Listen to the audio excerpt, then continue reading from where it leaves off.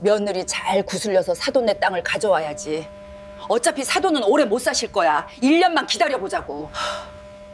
저는 30대 후반의 여성입니다. 한때 사랑했던 남자와 결혼해 평범한 가정을 꿈꿨던 사람이죠.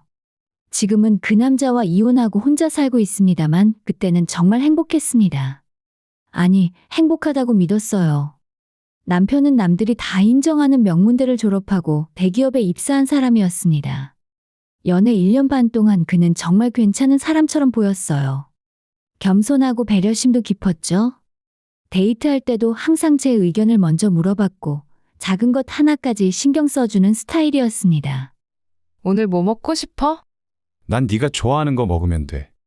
그때는 그런 대화가 자연스러웠던 시절이었습니다. 저는 그런 남편의 모습에 반했고 결혼을 결심했죠.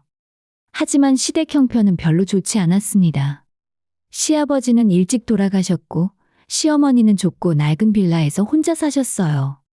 독립해서 살고 있는 남편도 학자금 대출을 갚느라 여유가 없었죠. 하지만 저는 크게 개의치 않았습니다. 제가 창업한 회사가 어느 정도 자리를 잡았고 경제적으로는 여유가 있었거든요. 조건보다 사람이 중요하지. 저는 그렇게 스스로를 다독이며 결혼을 결심했습니다. 주변에서는 시댁 형편을 걱정하는 목소리도 있었지만 저는 남편의 진심만 믿었어요. 사랑하는 사람과 함께라면 무엇이든 해낼 수 있을 것 같았습니다. 결혼식은 소박하게 치렀어요. 시댁에서 부담스러워할까봐 저희 쪽에서 대부분의 비용을 부담했죠. 신혼집도 제 이름으로 전세를 얻었고 가구며 가전제품도 거의 제가 마련했습니다. 하지만 전혀 아깝지 않았어요. 남편과 둘이 행복하게 살 수 있다면 그걸로 충분했으니까요. 결혼 후 얼마 지나지 않아 남편은 회사 생활에 점점 지쳐갔습니다. 매일 야근에 시달리고 상사와의 관계도 좋지 않았죠. 대기업 특유의 경직된 분위기와 끝없는 업무량이 남편을 짓눌렀습니다. 오늘도 11시 넘어서 퇴근했어. 내일 아침 7시까지 출근해야 하는데. 진짜 이젠 한계야. 남편의 목소리는 항상 지쳐 있었고 얼굴에는 생기가 하나도 없었습니다.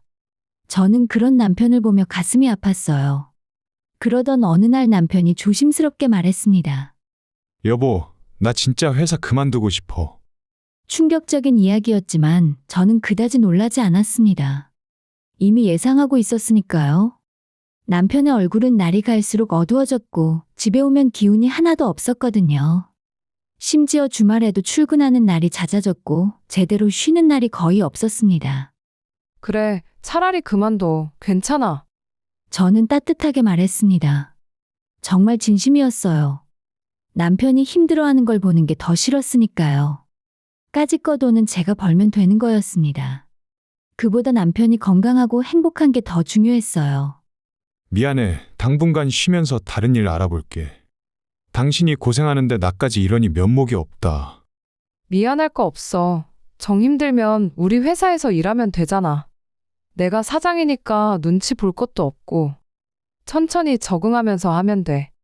제 말에 남편의 얼굴이 조금 밝아졌습니다. 저는 그 모습을 보며 제 선택이 옳다고 믿었죠.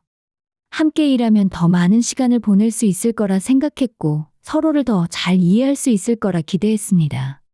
그렇게 남편은 대기업을 퇴사하고 제 회사에 들어왔습니다. 일단 물류창고 업무부터 시작했어요. 처음엔 걱정했습니다. 대기업 출신이 비교적 단순 노동인 창고 일을 할 수 있을까 싶어서요. 하지만 남편은 예상 외로 성실하게 일했습니다. 힘들지 않아. 대기업 사무직으로 일하다가 창고 일하려니까 힘들 것 같은데. 아니, 괜찮아. 오히려 이게 더 편해. 머리 쓰는 것보단 몸 쓰는 게 나한테 맞는 것 같아. 그리고 야근도 없고 상사 눈치 볼 필요도 없으니까 훨씬 낫지. 남편은 웃으며 대답했고 저는 안심했습니다. 남편은 다른 직원들과도 잘 어울렸고 제가 사장이라는 사실에도 부담스러워하지 않는 것처럼 보였어요. 점심시간엔 직원들과 농담도 주고받고 퇴근 후엔 가끔 회식 자리에도 참석했습니다.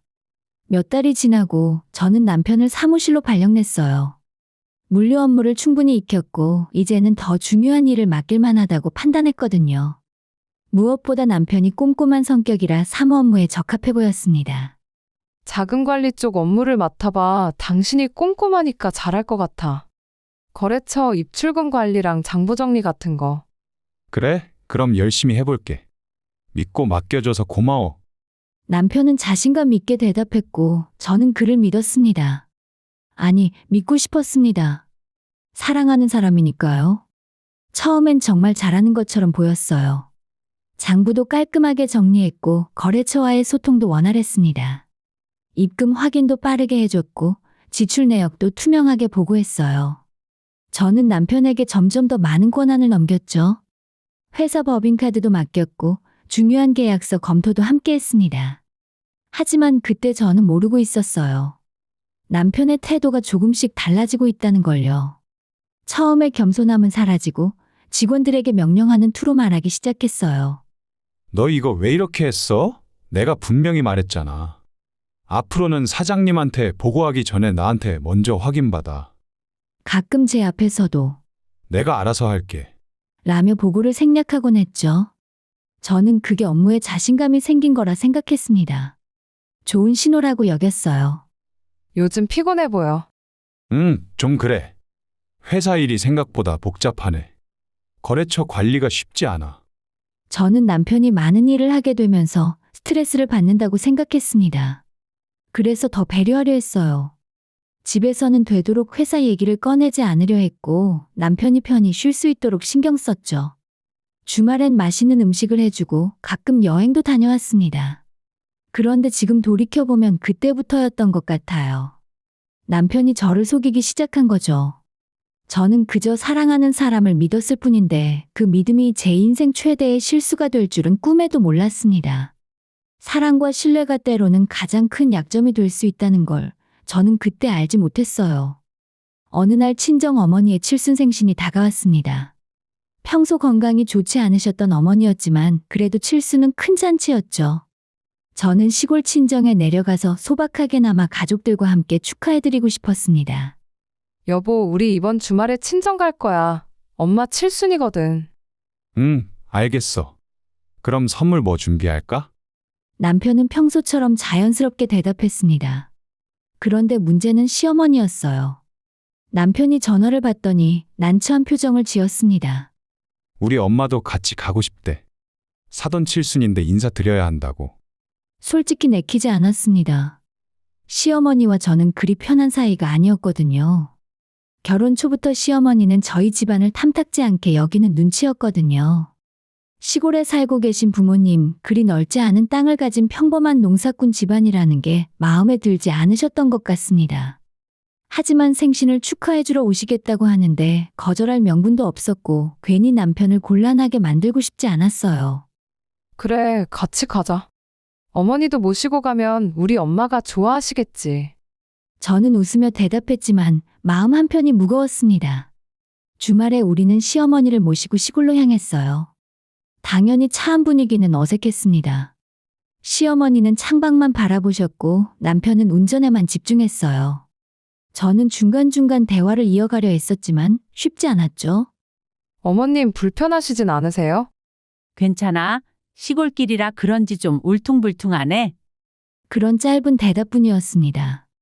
친정에 도착하자 어머니가 반갑게 맞아주셨습니다.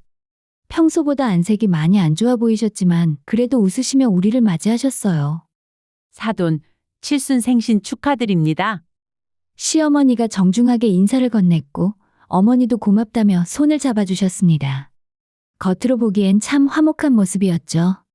저녁 준비는 동네 분들과 그 동네에 사는 친척들이 조금씩 도와주셨습니다. 시골 잔치답게 소박하지만 정성스러운 음식들이 차려졌어요. 저는 부엌을 오가며 손님들을 챙기느라 정신이 없었습니다. 너무 무리하지 마. 손님들은 우리가 챙길 테니까. 이모가 걱정스럽게 말씀하셨지만 저는 괜찮다며 웃었습니다. 1년에 한 번 있는 어머니 생신인데 이 정도는 당연한 일이었으니까요.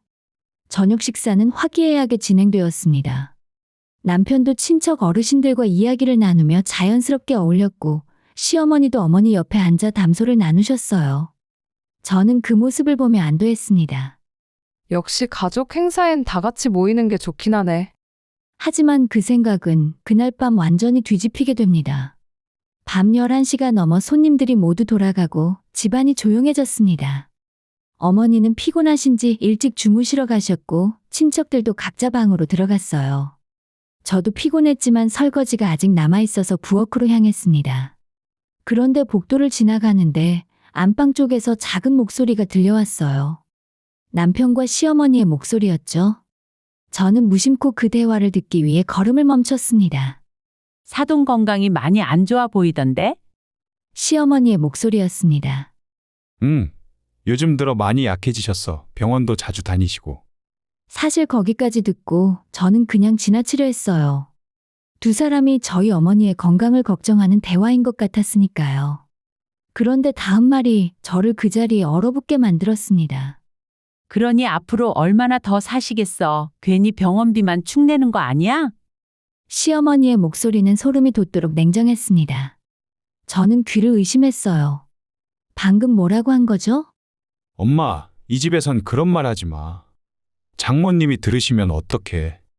남편이 조심스럽게 말했지만 시어머니는 멈추지 않았습니다. 뭐가 어때? 사실이잖아. 근데 사돈 땅은 그래도 꽤 되지? 아까 보니까 꽤 넓던데. 이래저래 한 5,000평 정도 되는 것 같아. 위치도 괜찮고. 남편의 대답에 저는 충격을 받았습니다. 남편이 저희 친정 땅을 언제 확인한 걸까요? 그리고 왜 그런 얘기를 시어머니와 나누는 건지 이해할 수 없었습니다. 그 정도면 값이 꽤 나가겠네. 사돈이 돌아가시면 당연히 며느리가 받을 거 아니야? 그럼요. 집안 외동딸이니까. 그럼 우리 거나 마찬가지네. 시어머니의 목소리에는 묘한 만족스러움이 묻어났습니다. 저는 숨이 막혔어요. 근데 와이프는 땅 팔 생각 없다고 했어요. 그럼 너가 잘 설득해야지. 시골 땅 갖고 있어봤자 뭐해?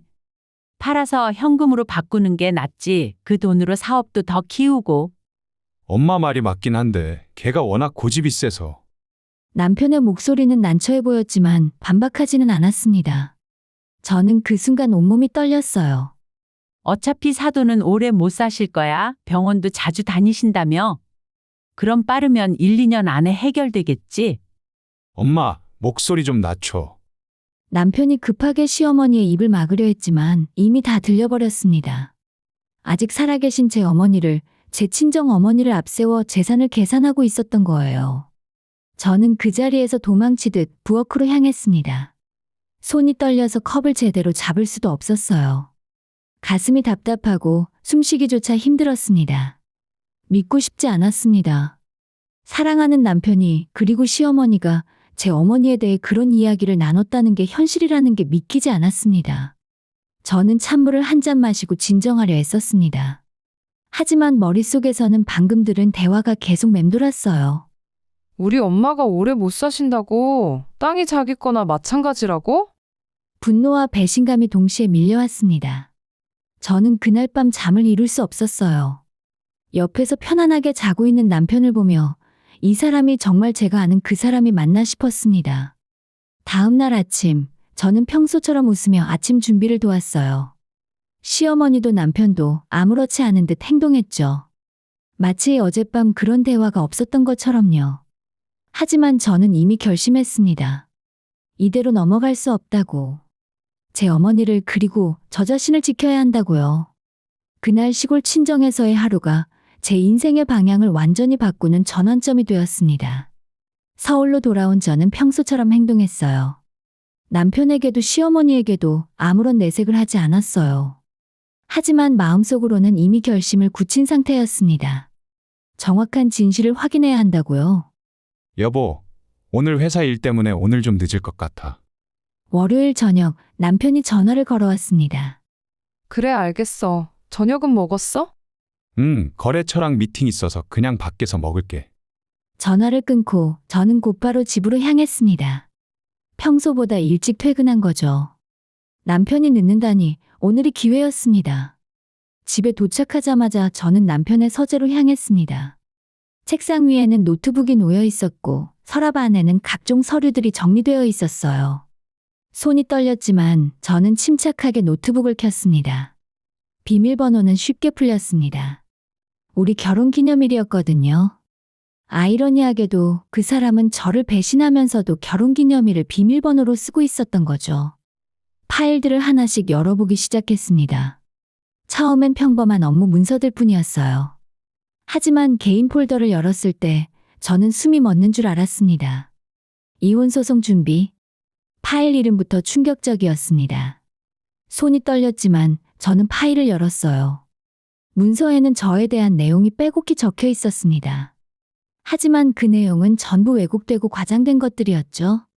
아내는 회사 운영에 무능하며 직원 관리를 제대로 하지 못해 사원들의 불만이 높음. 불만이 높다고?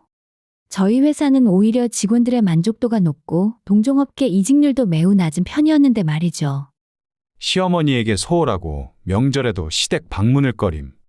거짓말이었습니다. 오히려 제가 먼저 시댁 방문을 제안했던 적이 더 많았어요.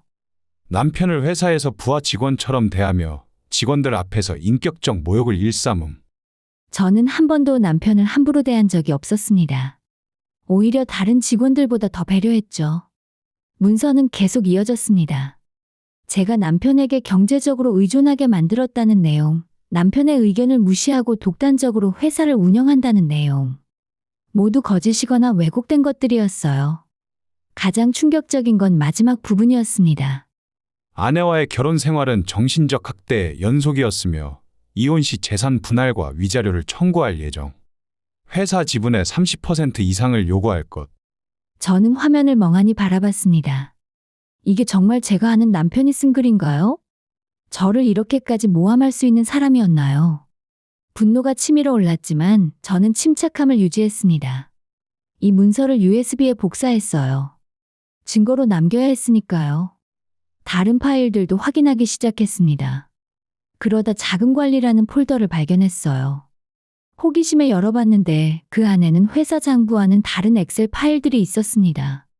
내용은 가히 충격적이었습니다. A거래처에서 회사로 입금되어야 할 금액 중 일부가 남편의 개인 계좌로 들어가 있었던 거예요. 금액은 작게는 50만 원부터 많게는 300만 원까지 다양했습니다.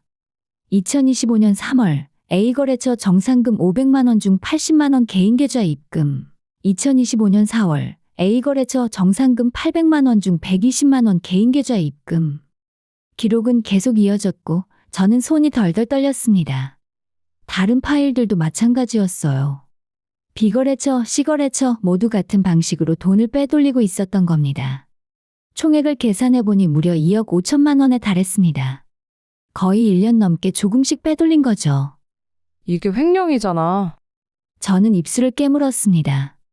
믿었던 사람이, 사랑했던 사람이 저를 이렇게까지 배신할 수 있다는 게 믿기지 않았어요. 하지만 증거는 너무나도 명확했습니다. 저는 모든 파일을 USB에 복사했어요. 그리고 서랍을 뒤지기 시작했습니다. 얼마 지나지 않아 서랍 깊숙한 곳에서 통장 몇 개를 발견할 수 있었어요. 제가 모르는 통장들이었고 계좌를 확인해보니 엑셀 파일에 적힌 금액들과 정확히 일치했습니다. 증거는 이제 충분해. 저는 모든 서류를 사진으로 찍었습니다. 통장 사본도 엑셀 파일도 이혼 준비 문서도 전부요.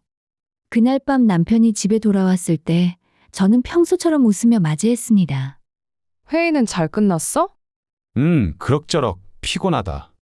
남편은 아무렇지 않게 대답했고 저는 아무것도 모르는 척했어요. 하지만 속으로는 계획을 세우고 있었습니다. 다음 날 저는 회사 CCTV를 확인하기 시작했어요. 보안 담당자에게 지난 6개월치 영상을 요청했습니다. 사장님, 무슨 일 있으세요? 아니, 업무 점검 차원에서 확인 좀 하려고. CCTV 영상을 보며 저는 또 한 번 충격을 받았습니다. 남편이 직원들에게 반말을 하고 심지어 고함을 지르는 장면도 있었거든요. 이것도 제대로 못해. 대체 월급이나 받으려고 회사 다니는 거야? 너 대학 나온 거 맞냐? 한 직원이 실수를 했을 때 남편이 한 말이었습니다. 그 직원은 고개를 숙인 채 사과했고 남편은 비웃듯이 웃었어요. 다음부턴 제대로 해. 나한테 혼나기 싫으면? 또 다른 영상에서는 거래처 직원과 은밀하게 대화하는 장면도 있었습니다. 아예 회사 창고 구석에서 봉투를 주고받는 모습이 선명하게 찍혀 있었어요. 저는 모든 영상을 따로 저장했습니다. 이건 역시 강력한 증거가 될 테니까요. 이제 준비는 끝났습니다. 저는 곧바로 변호사 사무실을 찾아갔어요. 안녕하세요. 이혼 소송과 횡령건으로 상담을 좀 받고 싶은데요.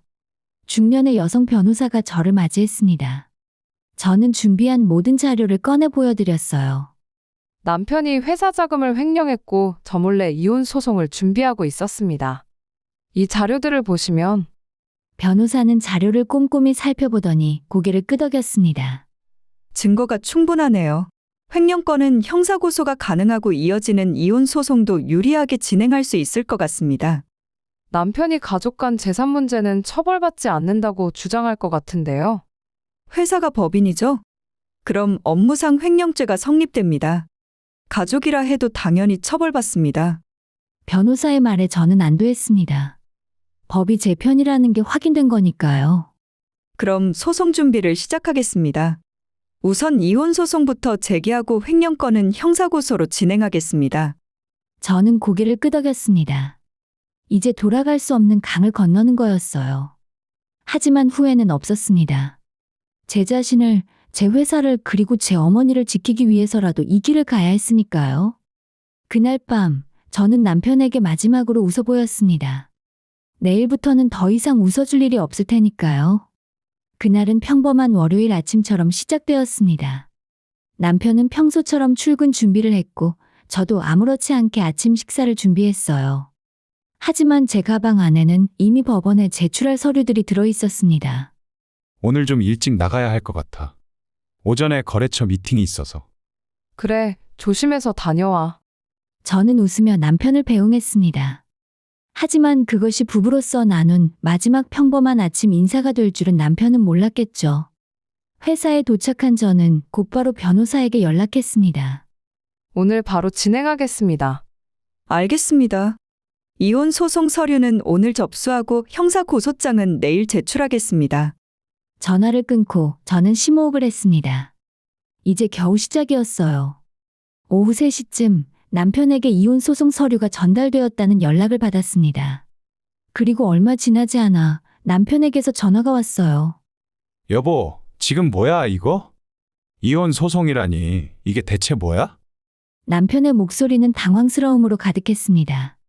집에 와서 이야기해. 회사에서 전화로 할 내용은 아니니까. 저는 차분하게 대답하고 전화를 끊었습니다. 손이 떨렸지만 저는 제 자신을 다잡았어요. 저녁 7시 남편이 집에 돌아왔습니다. 얼굴은 붉게 달아올라 있었고 눈에는 분노가 가득했어요. 대체 무슨 짓이야? 내가 뭘 잘못했다고 이혼 소송을 해? 남편이 소리를 질렀지만 저는 침착하게 대답했어요. 당신이 뭘 잘못했는지 정말 몰라서 물어. 친정에서 엄마 앞세워서 땅 얘기하던 거, 회사 돈 빼돌린 거, 그리고 나 몰래 이혼 준비하던 것까지 다 알고 있어. 그러자 남편의 얼굴이 하얗게 변했습니다.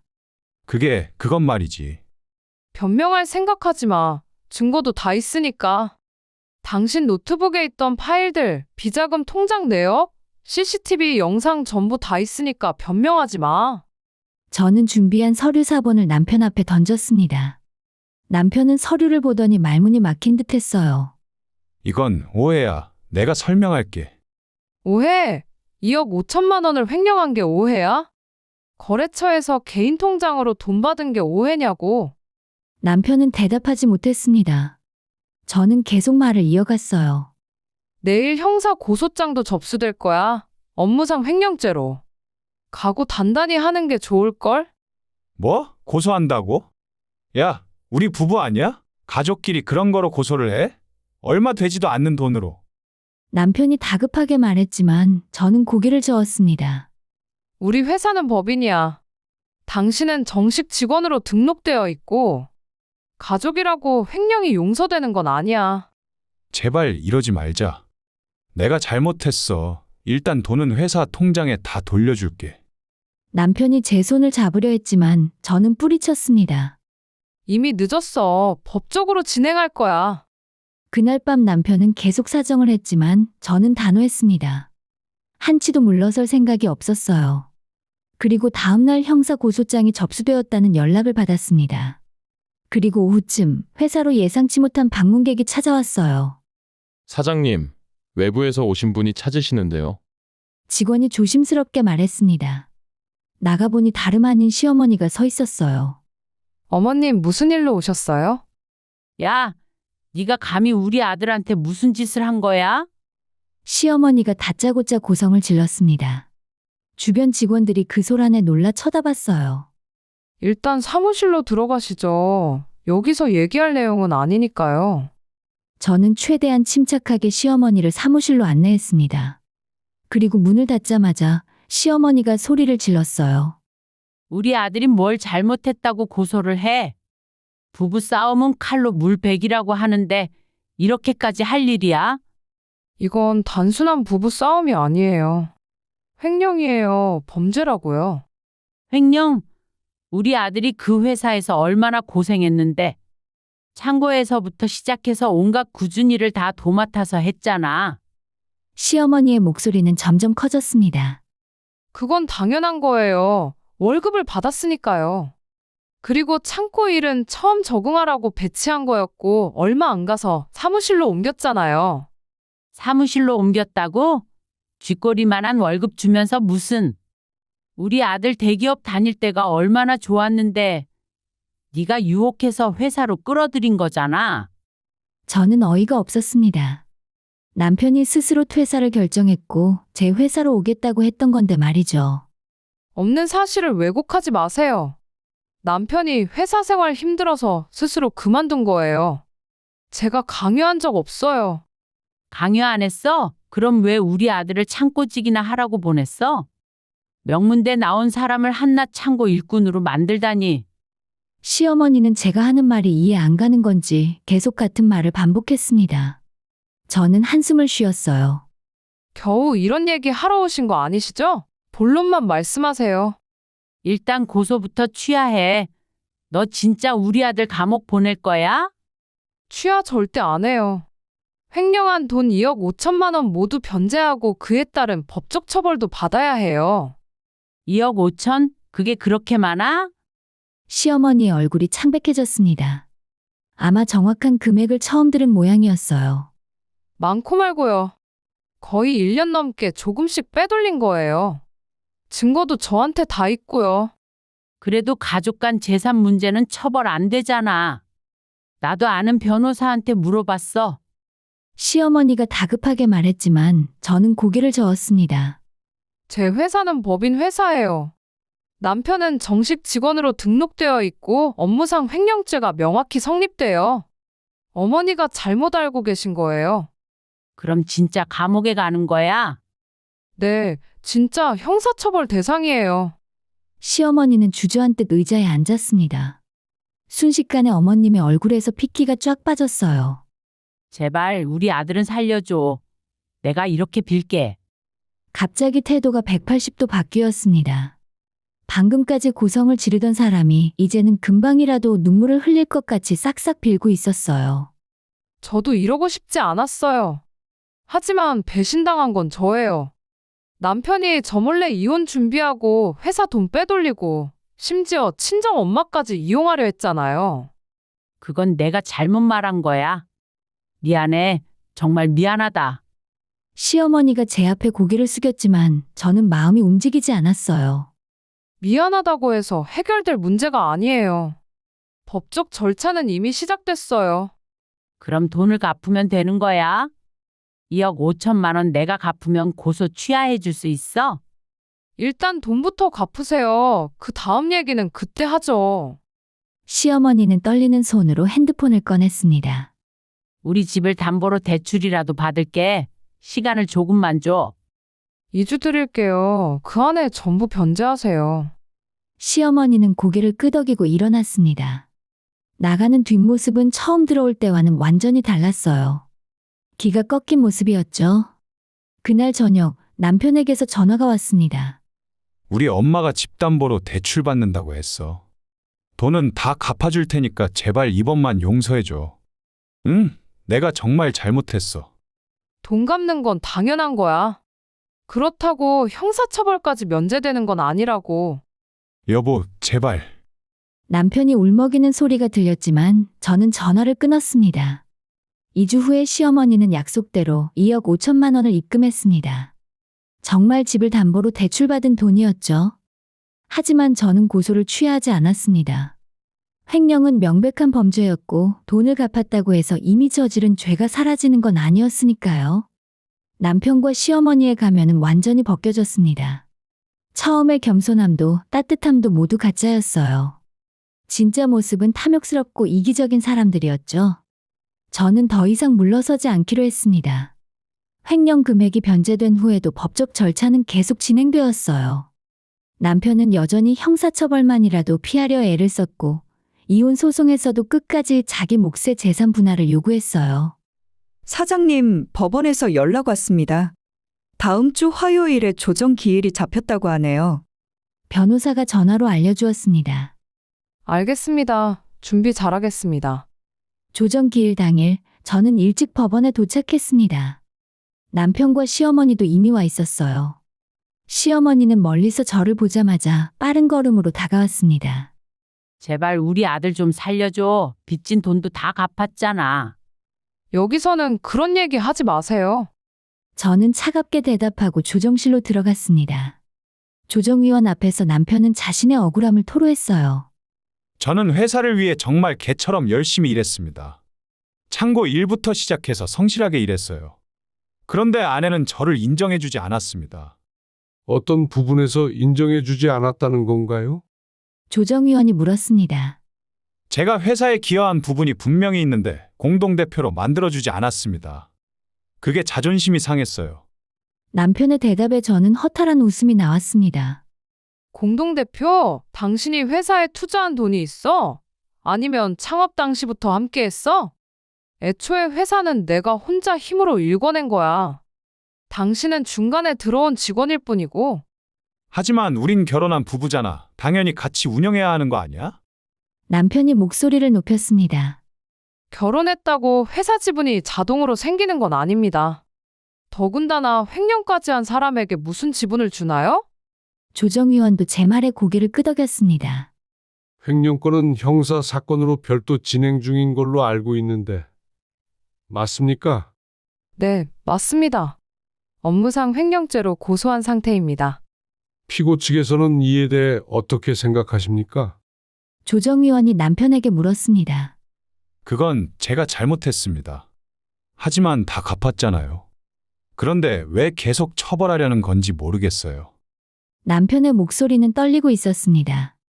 횡령은 변제 여부와 관계없이 처벌 대상이야. 더군다나 2억 5천만 원이라는 금액은 결코 가볍지 않다고 생각해. 제가 단호하게 말했습니다. 조정은 결렬되었습니다. 남편이 끝까지 재산 분할을 요구했고 저는 단 한 푼도 줄 수 없다는 입장이었으니까요. 그럼 정식 재판으로 가겠습니다. 조정위원이 한숨을 쉬며 말했습니다. 몇 주 후에 재판이 시작되었어요. 남편 측 변호사는 역시나 남편의 회사 기여도를 강조하며 재산 분할을 주장했어요. 하지만 제 변호사는 미리 준비한 자료를 제출했습니다. 피고가 회사에 기여했다는 증거가 전혀 없습니다. 오히려 CCTV 영상을 보시면 직원들에게 갑질을 일삼았고 업무상 횡령을 저질렀습니다. 이것이 기여입니까? 회사 CCTV 영상이 법정에서 재생되었습니다. 남편이 직원들에게 고함을 지르는 장면, 거래처 직원과 은밀하게 돈 봉투를 주고받는 장면이 낱낱이 공개되었어요. 남편의 얼굴은 실시간으로 창백해졌습니다. 그리고 피고는 원고 몰래 이혼 소송을 준비하며 허위 사실을 기재한 문서를 작성했습니다. 이는 원고에 대한 명백한 배신 행위입니다. 제 변호사가 남편의 노트북에서 발견한 문서를 제출했습니다. 재판부는 모든 증거를 검토한 후에 판결을 내렸어요. 피고의 회사 기여도가 인정되지 않으므로 재산분할 청구를 기각합니다. 이혼은 원고의 청구를 인용하여 허가합니다. 판결이 떨어지는 순간 저는 깊은 숨을 내쉬었습니다. 드디어 끝났어요. 하지만 형사사건은 아직 남아있었습니다. 며칠 후에 형사재판이 열렸어요. 피고는 약 1년간 회사 자금 2억 5천만 원을 횡령했습니다. 이는 계획적이고 지속적인 명백한 범죄 행위입니다. 남편 측 변호사는 선처를 호소했습니다. 피고는 이미 전액을 변제했고 깊이 반성하고 있습니다. 무엇보다 초범인 점을 고려해 주시기 바랍니다. 하지만 재판부는 엄정했습니다. 업무상 횡령은 신뢰 관계를 저버린 중대한 범죄입니다. 더군다나 피해자가 배우자라는 점에서 죄질이 더욱 나쁩니다. 징역 1년 6개월을 선고합니다. 벌금이나 집행유예도 아닌 실형이었습니다. 남편은 그 자리에서 주저앉았고 시어머니는 울음을 터뜨렸어요. 판사님 제발요. 우리 아들 한 번만 봐주세요. 하지만 판결은 번복되지 않았습니다. 법정을 나서는데 시어머니가 제 앞을 막아섰어요. 이제야 네가 만족하냐? 우리 아들 인생 망쳤으니까. 남편 인생을 망친 건 어머님과 남편 본인이에요. 저는 그 말을 남기고 시어머니를 지나쳐 걸어갔습니다. 결코 뒤돌아보지 않았어요. 그날 이후 저는 회사 운영에 더욱 집중했습니다. 남편이 빠진 자리는 생각보다 빨리 채워졌어요.